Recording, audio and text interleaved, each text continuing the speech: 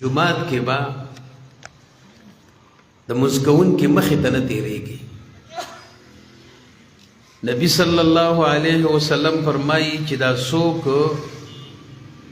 د بل مزکون کې مخې ته تیریږي، کدی انسان ته په دې باندې عذاب او د الله قهر او د الله ناراضگی معلومه شي چې الله په څونه خفه کیږي او د دې منځ مخې ته د مزکون کې مخې ته تیرېدلو کې څومره ګناه ده،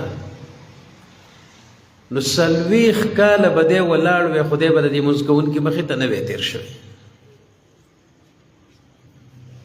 اوس دا مزکون کې چې دی په هغه ځای کې مونځ والا ولاړ دی، نو ته دلته تېرېدی شي. دې ته حریم د مصلي وایي، یعنې کم وخت کې د مونځ مخې ته تېرېدل ناروا دي. چې په کم ځای باندې دا تندی لګي د هغې نه اخوا تېرېدل جایز دي، خو د مونځ کوونکي چې په کم ځای تندی لګي د هغې نه دننه به نه تېرېږي. اوس یو سب مخکې راشه بیا تاو شه، خیر دی، څه مسله نشته، خو چې کم ځای باندې هغه سجده لګوي د هغې سجدې د ځای نه دننه به نه تېرېږي. پیغمبر علیه السلام فرمایي چې څوک د منځ ته تېرېږي منع یې که، نو لرې کس خو ته نه شي منعولی، دا نږدې به منع کړې. او چې بیا هم راشي نو بیا وایي جنګ ورسه وکړه، نو جنګ خو ته دا لرې سره نه کې، په لاس ګزار خو په هغه سړی سړی کو نږدې تېرېږي. که مخې ته یې ستره وه یا ستن وه یا شرعي سترې جوړه کړې وه، د دې ته ذراع شرعي وایي، او مخې ته یې سترې نو بیا د سترې نه اخوا ته تېرېدی شي. یا امام دی او د امام مخې ته ستره ده، خو وروستو صفونو والا مخې ته ستره نشته. لکه په طور مثال دلته امام ولاړ د هغه مخې ته ستره ده، نو ته په دې سب کې بیا تېرېدی شي، په دغه کې څه ګناه نشته. نبی صلی الله علیه وسلم وایي د امام ستره د ټولو خلکو دپاره ستره ده، خو ته به لږ د دې مخکې سب سره تېرېږي چې د هغه د تندي نه لږ لرې راشي.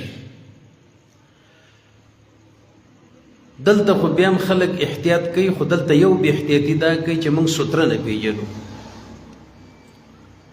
یعنې عام د سترې شوق څوک نه کوي، د سترې دا سنت څوک نه ادا کوي. او زما داسې خیال دی زمونږ په دې جومات کې به 4-5 پرتې وي، کلیم الله مولوي صاحب د یو مخکې لږ ډېر اهتمام کوه. اوس دا کال 2 ماه مو نه لیدي،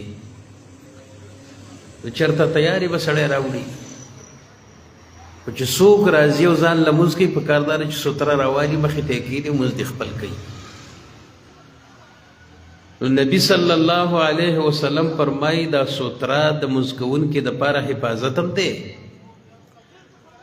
خو که ته ویسې څوک نشته په جومات کې، هغه ځای کې به ودرېږم مونځ به وکړم، او سترې ته څه ضرورت دی؟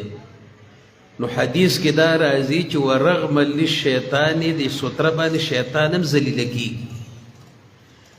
نو که څه یاره ماره نشته چې خلک د مخې ته نه تېرېږي، خو شیطان خو ذلیله کېږي پې، نو چې په یو محفوظ ځای کې مونځ کې نو سترې ته یې وکړه، په دې باندې شیطان ذلیله کېږي. نو ته پکې دا نیت وکړه چې دا شیطان ذلیله کوم.